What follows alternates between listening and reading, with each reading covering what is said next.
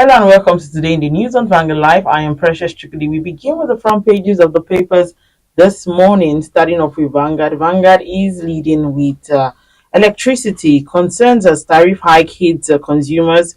Rider says it's a recipe for unrest, and that's coming from TUC. Poverty rate will worsen, and that's coming from economists. It will not address fundamental energy issues. That's coming from Muda Yusuf. Tinubu signs student loan amendment bill into law, why residents of Okuama community can't access their homes, and that's coming from the CDS. And Rider says they have lots of weapons bought with funds from illegal crude oil sales. Okolaba counters Okuama says its mercenaries killed the 17 soldiers. We never encroached on Okuama land, says Koki, Okoloba's community chair. Okoloba didn't lead any attack on Okuama, and that's coming from Judge. Army asked media to desist from voluntarily encouraging undesirable elements. Oborivori should address Deltans on the Okuama Okoloba incident, and that's coming from Dr. Wanogo. And on page 20, FX volatility forces the 28 changes in custom duty rates. Terrorism, court gives DSS nod to detain alleged ISIS member for 60 days. On sports, we have NFF mobilizes support for Falcons against Bayana. Stories above: Dangote refinery to supply petrol next month. Don't take my simplicity for weakness, Fubara tells Wike others.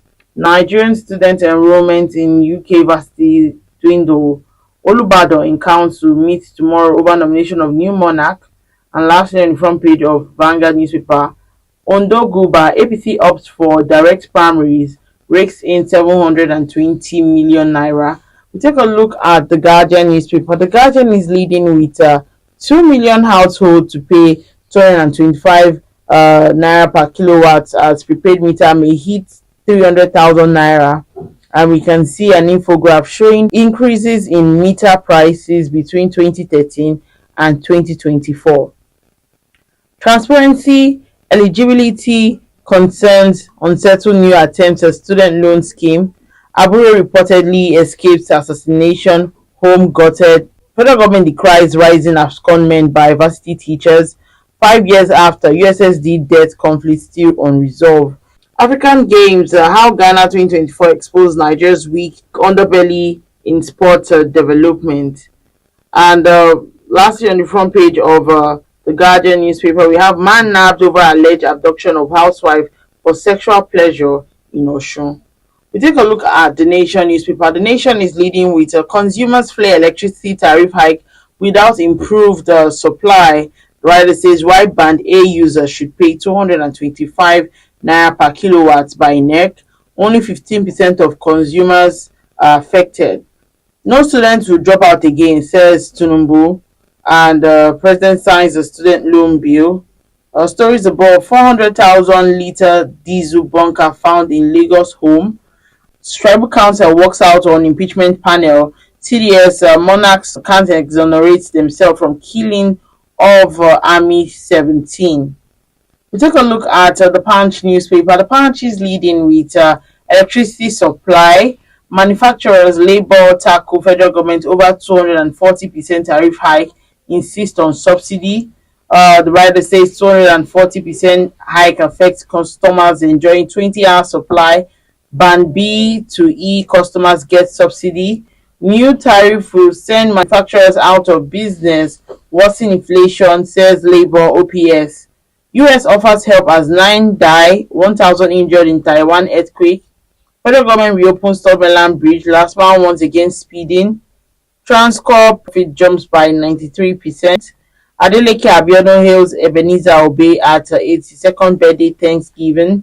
Stories above: Delta bloodbath, surrender like Okuama monarch, CDS tells suspected killers.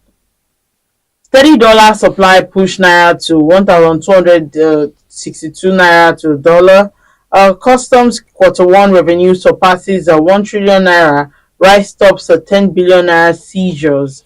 And lastly, on the front page of the Punch, student loan, federal government plans a pilot scheme for public institution. And that's how we can take on the front pages of the papers. Join us after the break. We'll be right back.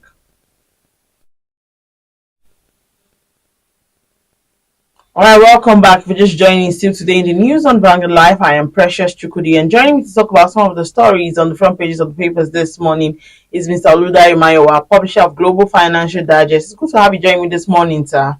Good morning.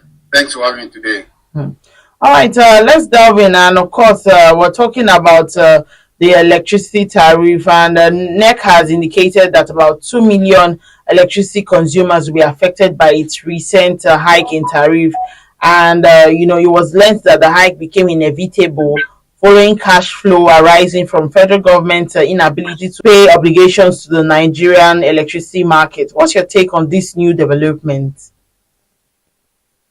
Thank you very much. First of all, when we examine the power sector, there are so many intricate developments in that sector. I've been coupled by so many incompetency, lack of commitment, and proper structure for the sector. That's where I look at it.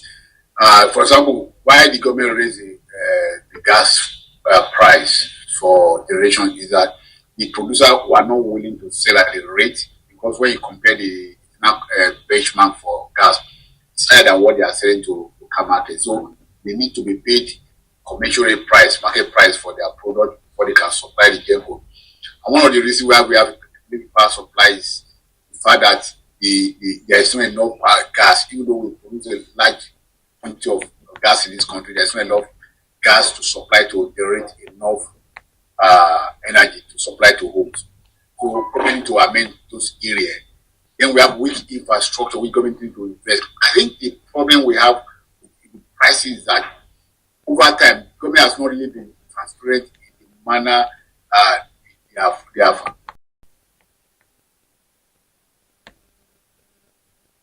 power supply.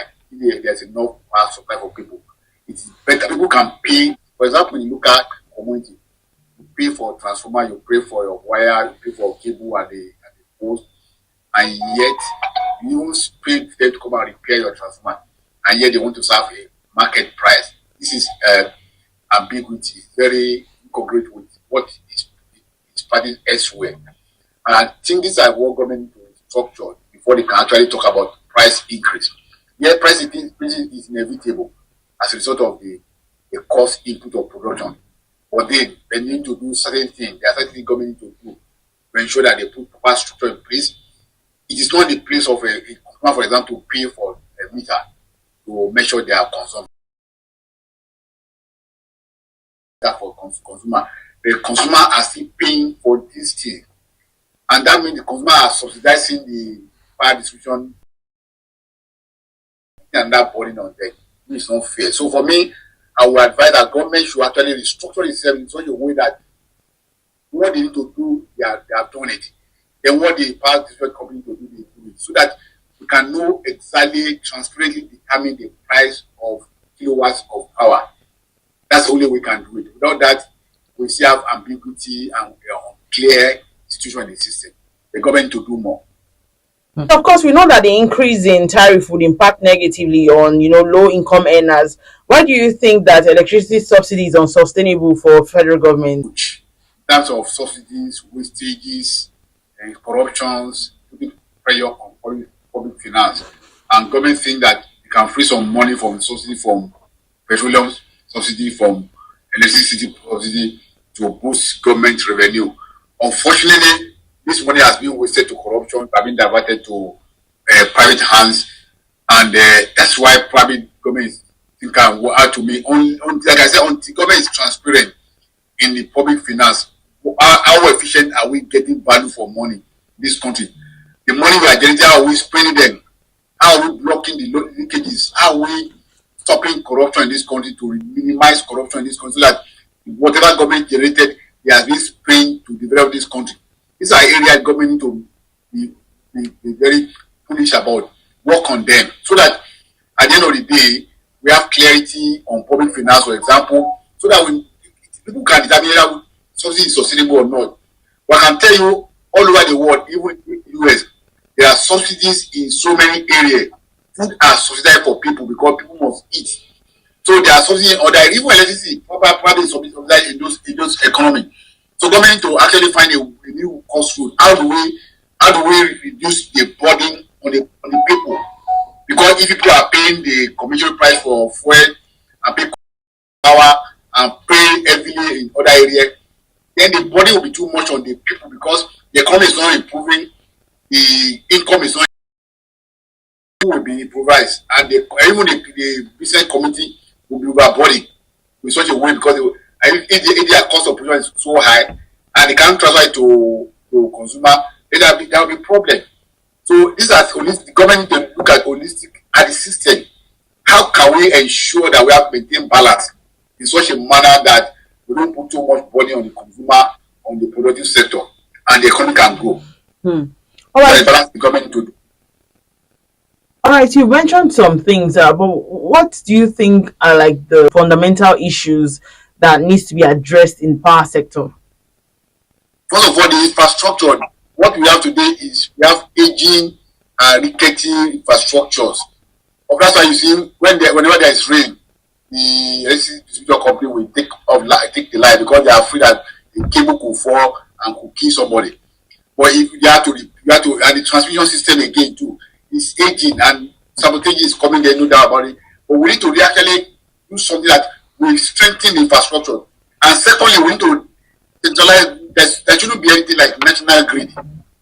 It's very congruent with the development in any community. What we need to have is like let the southwest, for example, generate their power and supply the southwest. Let the north, let the south, let the east, let the others do generate enough capacity because they know their capacity. For example, you know where the industry are concentrated, and they license those states, those regions to generate power and transmit to their location. Rather than putting the whole generation in one basket and sharing from that basket like that you are sharing the national revenue. No, it won't work that way. It's going to create inefficiency because they will not. Actually, there are some area in this country they are having 24 hours electricity. They don't need electricity in those places. For example, for those hours, there are people that need those electricity for 24 hours. In Lagos, industrial area, in Aba, for example, in Kano, probably in Rivers, but they are not having sufficient in those areas because we are putting in one basket and supply to a one village in Safara who doesn't require power, and they are having excess power in that section. While other people who need the power are not getting it. So government will decentralize the national grid. There shouldn't be anything like national grid. We should decentralize it in such a way that each state, each region should be able to supply and according to the need of those sectors. When we be able to do that, we gain efficiency or we gain a mileage in terms of reduction in price. Because if the power is near to the location, they will be able to price it in a commercial way that it will reduce the burden on the people. That's where until government be able to do that, I think we're going to battle with the problem and challenges in that sector. All right, moving on. According to the Chief of Defense Staff, CDS General Christopher Musta, he said that troops are currently, conducting a cordon and search operation in Okuama community as arms and ammunition of the killed soldiers have not been recovered. And, one of the things that's been, a topic of conversation for people is the fact that, the soldiers had declared some persons wanted, saying it is not the right of the soldiers to do things like that. What's your take on that? For Okuama or that place, I think the military are going about the whole issue in the wrong way. Yes, the community will have done something wrong, very, very wrong, condemnable action. There to intervene. Unfortunately, we are not there. Government has not been transparent in exactly what really happened in that place. What led to those crises? What led to those killings? And we cannot punish the righteous, combining everybody and place it on that community is to penalize everybody within that community for the sin of the few who probably have run. So the government need to really be a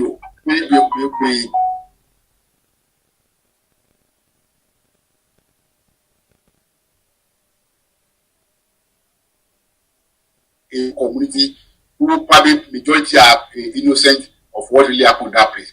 And those who have committed this crime are already fled the community. and already probably I done such a search over the place and could not find them. Staying siege on that community is destroying their economy. It destroys the community itself. The community people are in panic, people are run to the bush, they can't come back to their own home. For the sin they did not commit. So it's very wrong for me to go all this way in a manner that is demonizing to the community. So government, they need to review their position, review their exercise. Yeah, it's good for them to arrest the criminals from within that community or outside that community, whatever they be. But they can deploy other means of doing that without demonizing the community people. That's my own position on this. Really, they need to really come out clean and let those innocent live and let the criminal be arrested and serve justice. Right. Do you think the government of the state is doing enough as regards this situation? Let us say government is not doing anything.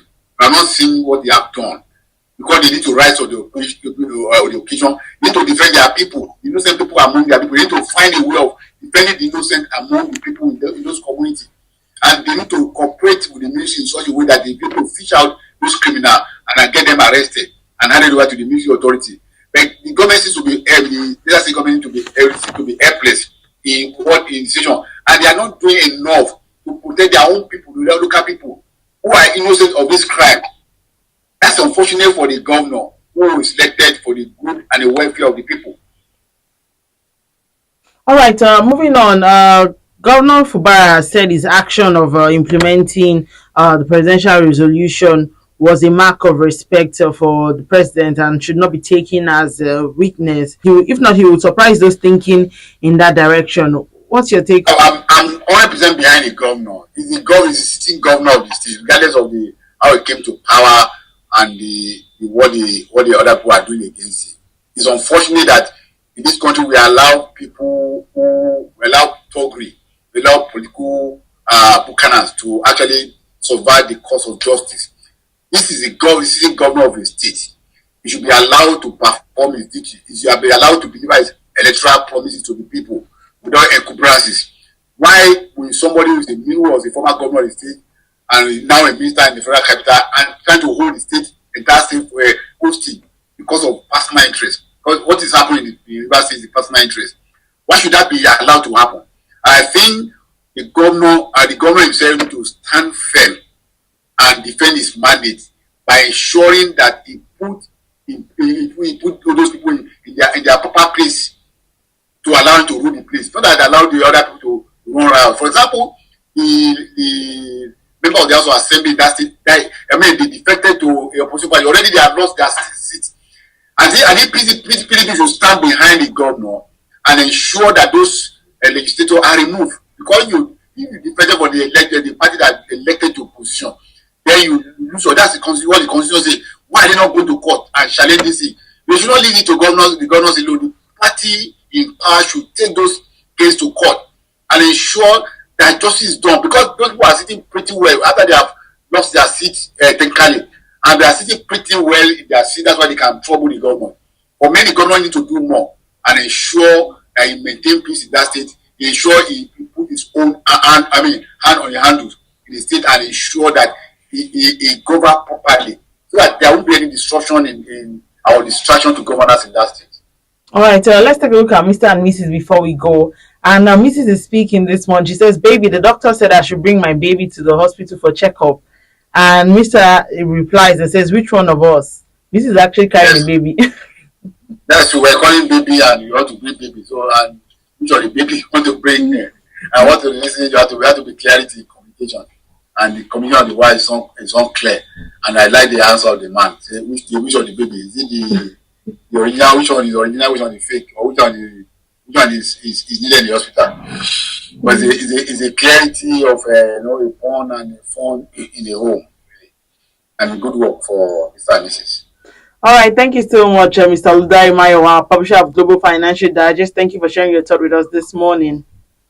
Thank you for having me today, and have a lovely day. Yes, also remember that you can equally like, share, and subscribe on all our social media platforms showing on your screen. To find up-to-date stories, go to our website, www.vanguardindia.com, to find out more. I am Precious Chukudi.